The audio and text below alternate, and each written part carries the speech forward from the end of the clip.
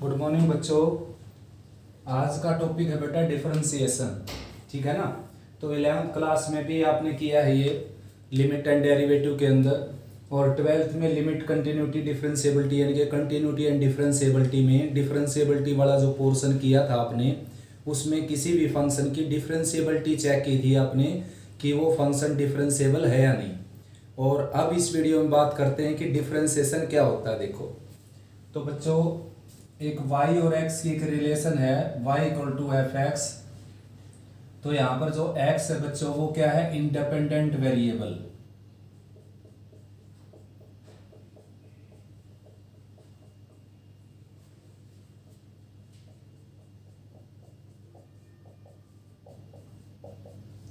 और y क्या है, डिपेंडेंट वेरिएबल। ठीक है ना। तो डिफरेंशिएशन क्या होता है बच्चों, डेरिवेटिव क्या होता है मैं बताऊं आपको। Rate of change of dependent variable, rate of change of dependent variable with respect to independent variable is called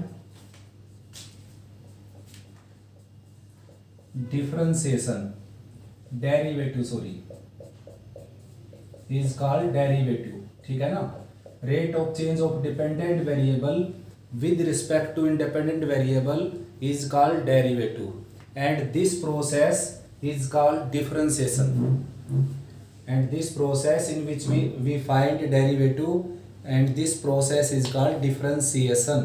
यानी कि इस प्रोसेस को, जो प्रोसेस हम यूज करते हैं डेरिवेटिव फाइंड आउट करने के लिए, उस प्रोसेस को बोला जाता है डिफरेंशिएशन। तो थोड़ा सा डिफरेंस है बच्चों डेरिवेटिव वर्ड में और डिफरेंशिएशन वर्ड में। जबकि आपकी बुक में, कोई भी बुक हो बेशक से, उसमें कहीं पर लिखा मिलेगा फाइंड डिफरेंशिएशन, फाइंड डेरिवेटिव। ठीक है ना। लेकिन इन दोनों वर्ड्स में मैंने आपको डिफरेंस बता दिया क्या होता है। अब जो आपने 11th क्लास में जो काम किया था बच्चों, जैसे कि y equal to F X आपके पास, तो स्मॉल इंक्रीमेंट करते हैं इसमें y में।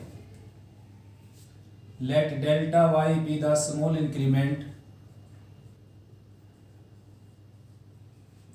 स्मॉल इंक्रीमेंट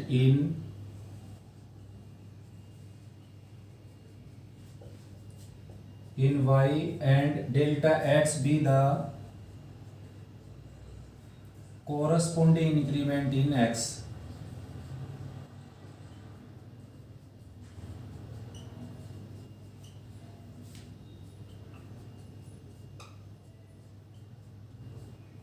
ठीक है ना। तो y में मैंने क्या कर दिया, डेल्टा y इंक्रीमेंट कर दिया, और x में क्या हो गया, उसकी कॉरस्पॉन्डिंग डेल्टा x।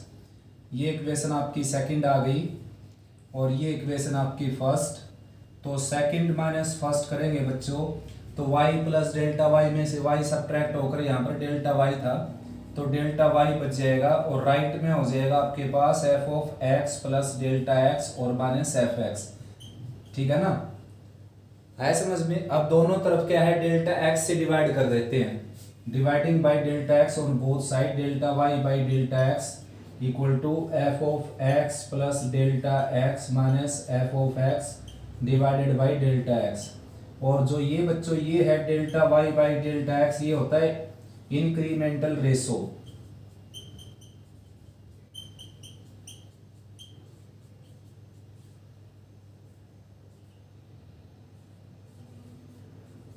इसको क्या बोलते हैं, इंक्रीमेंटल रेशो। ठीक है ना, इंक्रीमेंट का रेशो। और भाई अगर यहाँ पर delta Y X approach to zero ले लेते हैं, दोनों तरफ डेल्टा एक्स अप्रोच करेगा अगर जीरो को, यानी कि जो इंक्रीमेंट है ये बिल्कुल जीरो के नज़दीक हो जाए, यानी कि मात्र जीरो हो जाए, ये लगभग जीरो हो जाए। ठीक है ना। तो इसको क्या बोलेंगे हम, ये लगभग अगर जीरो हो जाए बच्चों, यानी कि डेल्टा एक्स अप्रोच अगर करे जीरो को, तो ये लगभग क्या हो जाएगा, ये जो इंक्रीमेंटल रेशियो है ये डिनोट हो जाएगा dy बाई डी एक्स, यानी कि डेरिवेटिव बोला जाएगा ये। ठीक है ना। तो डेरिवेटिव क्या हो गया, इंक्रीमेंटल जो रेशो है अपना, उसमें अगर वो जो इंक्रीमेंट है वो अप्रोच करे अगर जीरो को, यानी कि नाम मात्र का अगर डिफरेंस हो, उनका अगर रेशो निकालें तो उसको बोला जाता है डेरिवेटिव। ठीक है ना। अब यहाँ पर जो dy और dx है बच्चों, सेपरेटली क्या बोले जाएंगे, डिफरेंशियल। सेपरेटली क्या बोलते हैं उनको, डिफरेंशियल। dy को भी क्या बोलते हैं, डिफरेंशियल, और dx को भी क्या बोलते हैं, सेपरेटली, इंडिविजुअली, डिफरेंशियल। और दोनों को इकट्ठा क्या बोला जाएगा, dy बाई dx को क्या बोला जाएगा, डिफरेंशियल कोफिशिएंट। ठीक है ना, इसको क्या बोला जाता है, डिफरेंशियल कोफिशिएंट।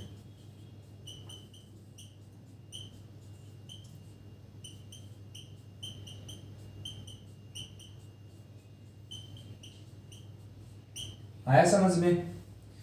सेपरेटली बोलेंगे dy और dx को डिफरेंशियल, और इकट्ठा बोलेंगे डिफरेंशियल कोफिशिएंट। तो बच्चों यही क्या होता है आपका derivative. Rate of change of dependent variable with respect to independent variable is called derivative. और 11th क्लास में जो आपने डेरिवेटिव निकाला था बच्चों, वो था limit x approach to a f of x minus F of a divided by x minus a। ये क्या था आपका f डैश a। ठीक है ना, ये था f डैश a, यानी कि fx का डेरिवेटिव a के ऊपर। डेरिवेटिव को f डैश x से भी डिनोट करते हैं, dy बाई dx से भी डिनोट किया जाता है। तो f डैश x का मीनिंग क्या है, डेरिवेटिव, और f डैश a का मीनिंग है डेरिवेटिव a के ऊपर, यानी कि डेरिवेटिव करने के बाद x की वैल्यू a पुट की कर दी हमने वहां पर, यानी कि a पर उसका डेरिवेटिव आ गया वो। नेक्स्ट जो फार्मूला आपने यूज किया था, limit h approach to 0 f of x plus h minus F of x divided by h, यानी कि डेल्टा x को अगर चेंज कर दें हम h के अंदर, यहाँ पर डेल्टा x को चेंज कर दें h के अंदर, तो ये आ जाए f of x plus h minus F X by H. तो यही फार्मूला सेम टू सेम है बच्चों, यहाँ पर केवल डेल्टा x लिखा गया, यहाँ पर h। तो ये क्या आ जाएगा आपका, ये आ जाएगा f डैश x, यानी कि जनरल डेरिवेटिव। ठीक है ना, आया समझ में। तो ये क्या हो गया, जनरल डेरिवेटिव। तो +1 क्लास में आपने डेरिवेटिव फर्स्ट प्रिंसिपल से किया था, उसमें अगर किसी पॉइंट पर डेरिवेटिव निकालना तो ये फार्मूला लगा था, और जनरल डेरिवेटिव निकालना तो ये फार्मूला लगा था। ये फार्मूला बेसिक फार्मूला ये है, इसमें डेल्टा x की जगह अगर h भर देंगे हम तो ये सेम टू सेम फार्मूला बन जाएगा। ठीक है ना।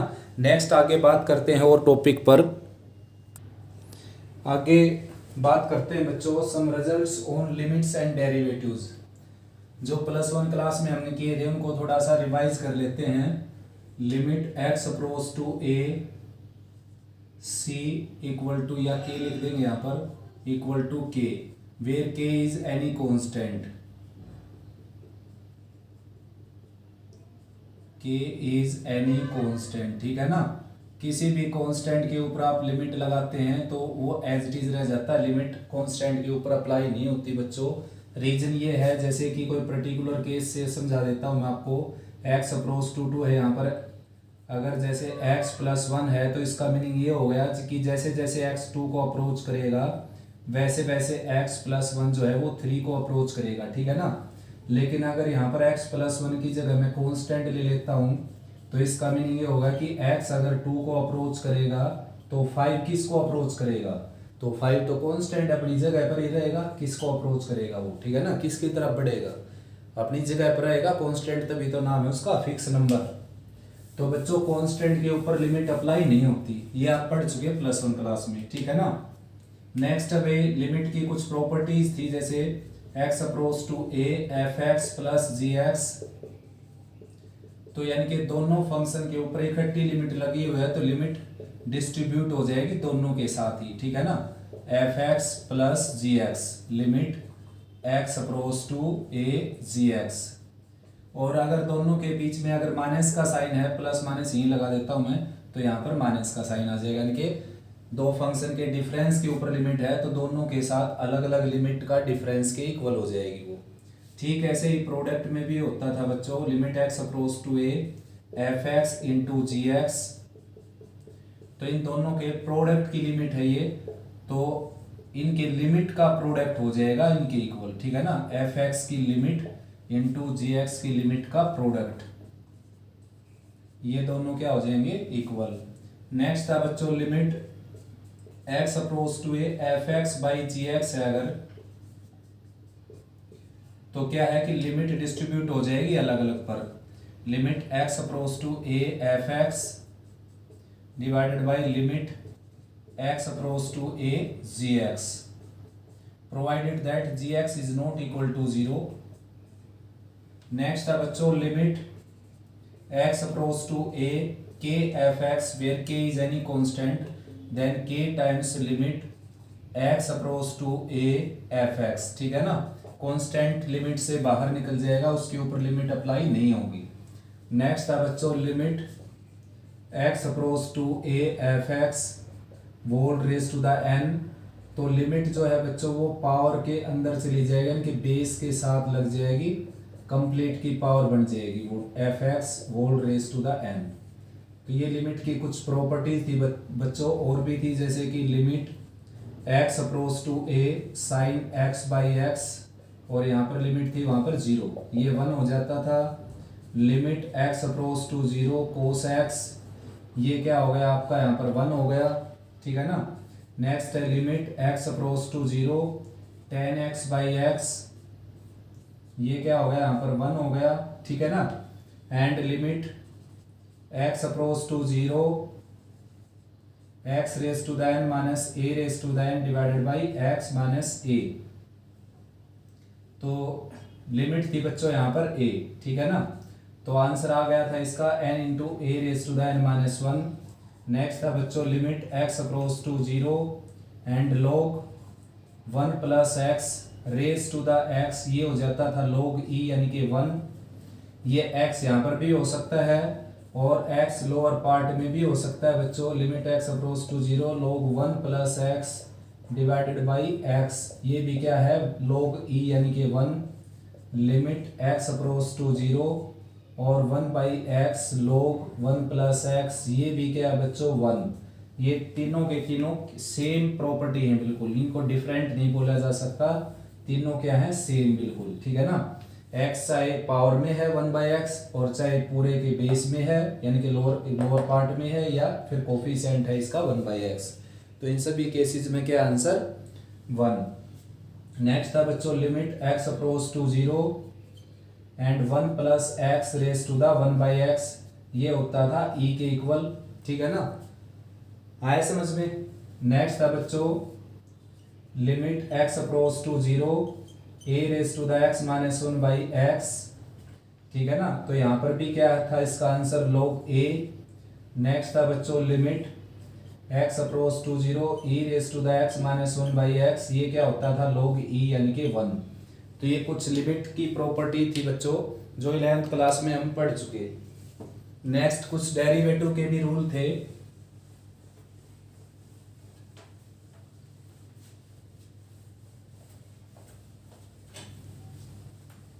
तो डेरिवेटिव के रूल थे बच्चों D upon D X of constant क्या होता था 0, रीजन क्योंकि कांस्टेंट में कोई चेंज कर ही नहीं सकता। Rate of change of dependent variable with respect to independent variable is called derivative, और कांस्टेंट में क्या चेंज करेगा कोई तो उसका 0 क्या होता है, उसका डेरिवेटिव क्या होता था बच्चों 0। और D upon D X of X raise to the n, derivative का रूल था पावर सामने पावर में से 1 सब्ट्रैक्ट, दोबारा अगर बेस का भी डेरिवेटिव करना होता है साथ में, लेकिन यहाँ पर बेस x था तो x का डेरिवेटिव 1 हो गया था, यहाँ पर बेस है ax प्लस b, तो इसका पावर सामने आएगी सबसे पहले और पावर में से 1 सब्ट्रैक्ट हो जाएगा। डेरिवेटिव का मेन रूल है ये, पावर सामने पावर में से 1 सब्ट्रैक्ट करेंगे। अब दोबारा डेरिवेटिव किसका हो जाएगा ax प्लस b का, ठीक है ना। तो आंसर आ जाएगा बच्चों ये एज इट इज है, जैसे कि अब इसमें बेस का डेरिवेटिव करेंगे तो x का 1 हो गया और a साथ में है उसके, क्योंकि ये कांस्टेंट है और इस कांस्टेंट का क्या हो गया 0। अब देखें बात, अगर इस कांस्टेंट को मैंने एज इट इज रख दिया, इस कांस्टेंट का 0 डेरिवेटिव कर दिया, ऐसा क्यों है बच्चों। एक पर्टिकुलर एग्जांपल से समझाता हूँ मैं आपको। देखो जैसे ये है स्टेटमेंट आपकी, तो इसमें इसका डेरिवेटिव करने चलेंगे, y की इक्वल ऐड कर लिया मैंने, तो y का डेरिवेटिव लिख दिया, dy बाई डी एक्स से डिनोट करते हैं y के डेरिवेटिव को। तो x का डेरिवेटिव क्या हो गया यहाँ पर 1 और इस 3 का क्या होगा 0। देखो इस 3 को एज इट इज रखा मैंने और इस 3 का डेरिवेटिव 0 किया, जबकि दोनों सेम क्वांटिटी है 3 3। तो ऐसा क्यों है बच्चों, क्योंकि ये 3 ना होकर क्या है, ये x plus x plus x है ये, ठीक है ना। इसको ऐड करके 3x कर रखे आपने, यानी कि 3 नहीं है ये, 3 टाइम्स x है ये, यानी कि x जो है वो 3 बार है यहाँ पर, और ये क्या है केवल 3 है, यानी कि 1 जमा 1 जमा 1 लिख सकते हो। तो इस x का डेरिवेटिव 1 हो गया, इसका 1 हो गया, इसका 1 हो गया, और इस कांस्टेंट का क्या हो गया 0, इसीलिए मैंने डेरिवेटिव क्या लिया 3 प्लस 0। यानी कि कहने की बात ये है, रिजल्ट निकलता है इस बात का कि अकेला कांस्टेंट हो तो उसका डेरिवेटिव 0 हो जाएगा, और कांस्टेंट किसी वेरिएबल के साथ है तो एज इट इज रहेगा, वेरिएबल का डेरिवेटिव हो जाएगा साथ में, ठीक है ना। याद रखना अपना, अकेला कांस्टेंट आ जाए, प्लस माइनस आगे पीछे साइन हो या सिंगल टर्म हो तो उसका डेरिवेटिव 0 हो जाएगा, और कांस्टेंट के साथ मल्टीप्लाई या डिवाइड में कोई वेरिएबल आ जाए तो कांस्टेंट को सेफ रख लेना है और केवल वेरिएबल का डेरिवेटिव कर देना है, ठीक है ना। तो ये आंसर आ गया इसका NA into AX plus B raise to the n-1। Next है बच्चों,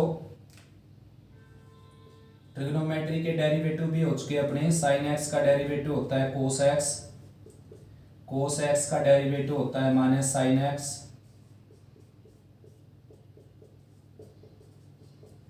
टेन एक्स का डेरिवेटिव होता है सेकेंड स्क्वायर एक्स,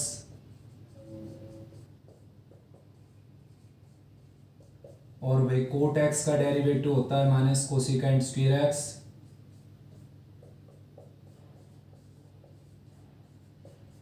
और सेकेंड एक्स का डेरिवेटिव होता है बच्चों second x into ten x. Second x का डेरिवेटिव होता है सेकेंड इंटू टेन, ठीक है ना। कोसिकेंट एक्स का डेरिवेटिव होता है बच्चों cosecant X into cot X with negative sign.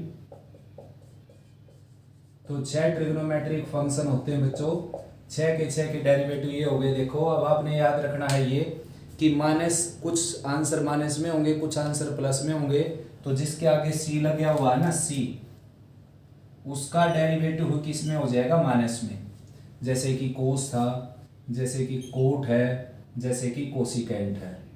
तो जहां पर भी सी मिल जाए आपको ट्रिग्नोमेट्रिक फंक्शन का डेरिवेटिव करते समय, तो उसका आंसर डेफिनेटली नेगेटिव लिख देना आप, ठीक है ना। ये सारे के सारे आंसर किस में हो जाएंगे नेगेटिव साइन में, ठीक है भाई। ये इस तरह के डेरिवेटिव आप पढ़ चुके, इसलिए मैंने लिखे यहाँ पर। वैसे तो फार्मूले और भी ज्यादा हैं, लेकिन यहाँ तक का आप कर चुके। नेक्स्ट है बच्चों जनरल थ्योरम ऑन डिफरेंशिएशन, ठीक है ना। तो भाई जनरल थ्योरम में क्या आता है, d/dx of any constant equal to 0, यानी कि किसी भी कांस्टेंट फंक्शन का डेरिवेटिव करेंगे हम, क्या आएगा 0। अभी अभी मैंने आपको बताया था।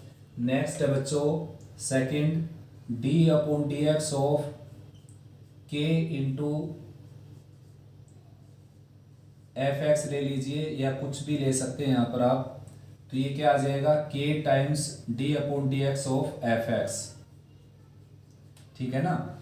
यानी कि किसी कांस्टेंट का किसी फंक्शन के साथ प्रोडक्ट है, तो भाई कांस्टेंट का डेरिवेटिव नहीं होगा, कांस्टेंट एज इट इज रहेगा और फंक्शन का डेरिवेटिव हो जाएगा। अभी बताया था मैंने थोड़ी सी देर पहले कि अकेला कांस्टेंट होगा उसका डेरिवेटिव 0 हो जाएगा, किसी के साथ मल्टीप्लाई या डिवाइड में होगा तो कांस्टेंट एज इट इज रह जाएगा। नेक्स्ट है बच्चों third, d/dx of u plus v। तो ये आ जाएगा बच्चों d/dx of u plus d/dx of v। यहाँ पर कुछ भी लिया जा सकता है, जैसे कि fx प्लस gx है जैसे आपके पास, ठीक है ना। इस पूरे का डेरिवेटिव करना आपने, तो बच्चों ये आ जाएगा d/dx of fx plus d/dx of gx, ठीक है ना। और फोर्थ है, अगर इनके बीच में माइनस हो तो भी ऐसे हो जाएगा d/dx of fx minus gx, then d/dx of fx minus d/dx of gx, ठीक है ना। यानी कि अगर दो फंक्शन के सम का डेरिवेटिव लेना आपने तो अलग अलग का डेरिवेटिव लेकर उनको ऐड कर दीजिए। दो फंक्शन के डिफरेंस का डेरिवेटिव लेना आपने तो अलग अलग का डेरिवेटिव लेकर उनको सब्ट्रैक्ट कर दीजिए। नेक्स्ट है बच्चों differentiation of product of two function, यानी कि दो फंक्शन के प्रोडक्ट का डेरिवेटिव कैसे करें हम। जैसे दो फंक्शन के सम का डेरिवेटिव मैंने आपको बता दिया कि भाई डी अपॉन डी एक्स अगर दो फंक्शन के सम पर लगा हुआ है तो दोनों का अलग अलग डेरिवेटिव करके उनको ऐड कर दीजिए, ठीक है ना। ऐसे प्रोडक्ट में बता दिया मैंने जनरल थ्योरम के अंदर अभी अभी कि उन दोनों का डिफरेंस है अगर तो उनका डेरिवेटिव करके फिर डिफरेंस ले लीजिए, सेम रहेगा आंसर। लेकिन बच्चों अगर प्रोडक्ट है दो फंक्शन का u इंटू वी, ये +1 क्लास में आप कर चुके सारा, तो इसका डेरिवेटिव लेना हमने तो आप यहाँ पर ये मिस्टेक मत कर देना बच्चों, D upon D X of U into D upon D X of V. ये मिस्टेक मत कर देना कि भाई दो फंक्शन के बीच में अगर प्लस का साइन है तो उनका डेरिवेटिव हमने ले दिया, अलग अलग का डेरिवेटिव लेकर ऐड कर दिया। माइनस का साइन है तो अलग अलग का डेरिवेटिव करके माइनस कर दिया, और मल्टीप्लाई है तो मल्टीप्लाई कर दिया। मल्टीप्लाई में ऐसा नहीं होगा बच्चों, ठीक है ना। मल्टीप्लाई में क्या होगा, किसी एक को रखना पड़ेगा आपने सेफ और दूसरे का करना पड़ेगा डेरिवेटिव। वो मर्जी आपकी, किसी का डेरिवेटिव कर लीजिए यू वी में से, फिर प्लस का साइन जिसका आपने डिफरेंशिएशन किया उसको रखना पड़ेगा एज इट इज, और जिसका डेरिवेटिव नहीं किया उसका डेरिवेटिव करना पड़ेगा। अब आप ऐसा भी कर सकते हैं, स्टार्टिंग में v को एज इट इज रख लिए, u का डेरिवेटिव कर दीजिए, और यहाँ पर फिर u को एज इट इज रख के v का डेरिवेटिव कर देंगे। वो सेम रिजल्ट है बेटा दोनों ही, यानी कि इस टर्म को आगे इस टर्म को पीछे लिख दूं मैं, एक ही बात रहेगी। वो इस रूल का एक्सटेंशन जो है वो ये है कि अगर एक से दो या दो से ज़्यादा फंक्शन है, यानी कि दो से ज़्यादा फंक्शन है, तो उसमें भी ये रूल एप्लीकेबल है। यानी कि किन्हीं दो को एज इट इज रखेंगे और एक का डेरिवेटिव करेंगे, फिर बचे हुए दो को एज इट इज रखेंगे और एक का डेरिवेटिव करेंगे, और फिर जिसका डेरिवेटिव बच जाता है उसका डेरिवेटिव करेंगे, बाकी को रखेंगे एज इट इज। तो w को एज इट इज रखेंगे, v को एज इट इज रखेंगे और u का डेरिवेटिव कर देंगे। आया समझ में, ठीक है ना। और तीन से ज्यादा हो, अगर चार हो तो उसमें भी ऐसा हो जाएगा, और n अगर ये प्रोडक्ट में हो टर्म तो किन्हीं भी n-1 को एज इट इज रख के एक का डेरिवेटिव करते चलेंगे। आया समझ में। उसके बाद है भाई differentiation of quotient of two function, यानी कि अगर u बाई वी में अगर कोई फंक्शन है आपके पास, इसका डेरिवेटिव करना आपने, तो भाई अभी मैंने बताया कि ये केवल प्लस माइनस में ऐसा है कि आप इसका डेरिवेटिव अलग से कर दीजिए और जो ऑपरेशन लग रही है वो ऑपरेशन लगाकर इसका डेरिवेटिव अलग से कर दीजिए। ये रूल केवल सम डिफरेंस में लागू होता है, प्रोडक्ट में और कोसेंट में नहीं लागू होता। तो प्रोडक्ट में क्या करते हैं, 11th क्लास में कर चुके आप ये सारा, मैं रिवाइज करवाने लग रहा हूँ। लोअर पार्ट का स्क्वायर करते हैं, लोअर पार्ट को एज इट इज रख के अपर पार्ट का डेरिवेटिव करते हैं। याद रहे केवल अपर पार्ट का डेरिवेटिव स्टार्टिंग में करना आपने, फिर माइनस का साइन, अब अपर पार्ट को एज इट इज लिख के लोअर पार्ट का डेरिवेटिव करना है, ठीक है ना। यहाँ पर आपकी मर्जी चलेगी, यहाँ पर पहले v का डेरिवेटिव कर दिया मैंने, आप चाहे u का डेरिवेटिव पहले कर देना और v का बाद में। लेकिन यहाँ पर अगर आपने ये कर दिया कि v का डेरिवेटिव पहले कर दिया, u का बाद में कर दिया, तो आंसर आ जाएगा इस आंसर का नेगेटिव। यानी कि पॉजिटिव अगर आंसर है तो नेगेटिव आएगा आपका, और नेगेटिव है ये तो पॉजिटिव आएगा, यानी कि साइन डिफरेंट आ जाएगा। तो करना क्या है, लोअर पार्ट का स्क्वायर करके लोअर पार्ट को ही एज इट इज रखना है, अपर पार्ट का डेरिवेटिव करना है, माइनस अपर पार्ट को एज इट इज करके और लोअर पार्ट का डेरिवेटिव करना है, ठीक है ना। ये था बच्चों कोसेंट रूल और ये है प्रोडक्ट रूल। तो जब भी आपके सामने फंक्शन जो है प्रोडक्ट में आ जाए तो ऐसे मत कर देना जैसे कि ये प्रोडक्ट में आ गया, x और साइन x प्रोडक्ट में आ गया तो x का डेरिवेटिव 1 कर दिया आपने, कोस साइन का कोस कर दिया, तो ये गलत हो जाएगा बच्चों। ये ठीक जब है जब इनके बीच में प्लस का साइन हो, ठीक है बिल्कुल ये, और माइनस का साइन है तो भी ठीक है। लेकिन अगर प्रोडक्ट है इनके बीच में तो आपने क्या करना है, एक को एज इट इज रखना है, केवल दूसरे का डेरिवेटिव करना है, फिर दूसरे को एज इट इज करके पहले का डेरिवेटिव करना है, यानी कि किसी एक का करना है, पहले दूसरे का कहीं पर भी कर सकते हैं आप।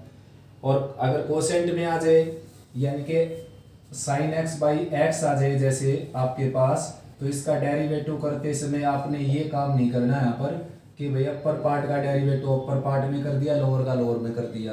आपने करना पड़ेगा रूल के अकॉर्डिंग, लोअर पार्ट का square, lower part as it is, upper का derivative minus upper as it is and lower का डेरिवेटिव जो कि 1 हो गया। ठीक है ना, आया समझ।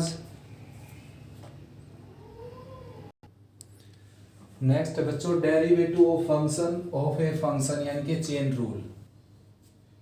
तो स्टेटमेंट है भाई इसकी, अगर y एफ ऑफ यू है इस यानी कि एफ ऑफ, अगर एफ y जो एफ ऑफ यू है यानी कि u का कोई फंक्शन है, is function of u and u equal to phi of x is a function of x, then dy by dx equal to dy by du into D you by D x, यानी कि ये इसके equal होगा और इसको बोलते हैं बच्चों चेन रूल। तो प्रूफ करते हैं इसका। देखिए y equal to F of u है आपके सामने, ये इक्वेशन फर्स्ट है। Let delta y be the small increment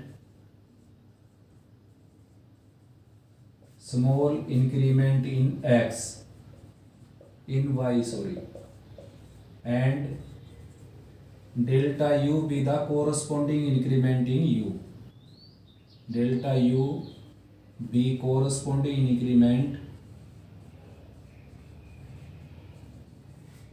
increment in u। तो देयरफॉर इंक्रीमेंट कर देते हैं इसमें, y प्लस डेल्टा y जो है बच्चों वो आ जाएगा F of you plus delta you के इक्वल। ये इक्वेशन सेकंड हो गई। Equation second minus equation first करते हैं तो ये दोनों सब्ट्रैक्ट होकर यहाँ बच जाएगा डेल्टा वाई, और राइट में आ जाएगा F of you plus delta you और माइनस एफ ऑफ यू। ठीक है ना, तो डेल्टा एक्स से डिवाइड कर देते हैं, दोनों साइड डेल्टा यू से सॉरी, तो दोनों साइड डेल्टा यू से डिवाइड कर देते हैं और लिमिट लेंगे अगर इसकी हम, limit delta u approach to zero, limit delta u approach to zero, तो ये आ जाएगा बच्चों d Y by D u, और राइट में क्या आ जाएगा, राइट में आ जाएगा ये limit delta u approach to zero, यानी कि ये डेरिवेटिव आ जाएगा y का डेरिवेटिव u के रिस्पेक्ट में। ठीक है ना, ये सारा का सारा एज इट इज। ठीक ऐसे ही बच्चों इसमें इंक्रीमेंट करेंगे हम u plus delta u phi of x plus delta x, तो d you by D x किसके इक्वल आ जाएगा आपका, ये आ जाएगा limit delta x approach to zero phi of x plus delta x minus phi of x और divided by delta x। तो बच्चों इन दोनों का प्रोडक्ट अगर करें हम, इन दोनों का प्रोडक्ट करें अगर, तो D Y by D U जो है आपके पास into D you by D X, तो ये आ जाएगा D Y by D X के इक्वल, यानी कि डेल्टा यू अगर जीरो को अप्रोच करता है तो डेल्टा एक्स भी जीरो को अप्रोच करेगा। ठीक है ना, आया समझ में। तो ये थोड़ा मैं बच्चों चेन रूल के ऊपर, यानी कि अगर आपके सामने कोई फंक्शन आ जाए इस तरीके से, जैसे कि y आ जाए आपके पास 3u और u की वैल्यू आ जाए आपके पास x स्क्वायर, तो dy बाई डी एक्स निकालना आपने, तो यहाँ पर निकालेंगे आप dy बाई डी यू, ये आ जाएगा 3, u के रिस्पेक्ट में क्या डेरिवेटिव यहाँ पर निकालेंगे du बाई डी एक्स, ये क्या आ जाएगा 2x। ये इक्वेशन फर्स्ट हो जाएगी, ये इक्वेशन सेकंड हो जाएगी, और अब हमने निकालना है dy बाई डी एक्स, तो इन दोनों का प्रोडक्ट करेंगे अगर हम d Y by D u का और d you by D x का, तो राइट में क्या आ जाएगा 3 इंटू 2x यानी कि 6x, और ये इसे कैंसिल होकर आपका D Y by D X आ जाएगा। ठीक है ना, इसको बोलते हैं चेन रूल। अगर ये मान लो 3u स्क्वायर है तो इसका डेरिवेटिव आएगा यहाँ पर 6u और u का 1 हो जाएगा, तो यहाँ पर इन दोनों का प्रोडक्ट करेंगे तो ये आ जाएगा 12ux। अब आपने क्या है u की वैल्यू रखनी पड़ेगी, यहाँ पर 12x ऑलरेडी रहेगा और u की वैल्यू क्या है x स्क्वायर, तो आंसर आ जाएगा आपका 12x क्यूब। ठीक है ना, इसको बोलते हैं बच्चों चेन रूल। चेन रूल से भी क्वेश्चन आ जाएंगे, तो ये थोड़ा सा बेसिक था भाई, आगे सारा बेसिक एक्सरसाइज वाइज करवाएंगे, यहाँ तक थोड़ा सा ये रिवीजन था 11th क्लास का। ठीक है ना, अब आगे स्टार्ट करते हैं इसकी 7.1 एक्सरसाइज एलिमेंट बुक से।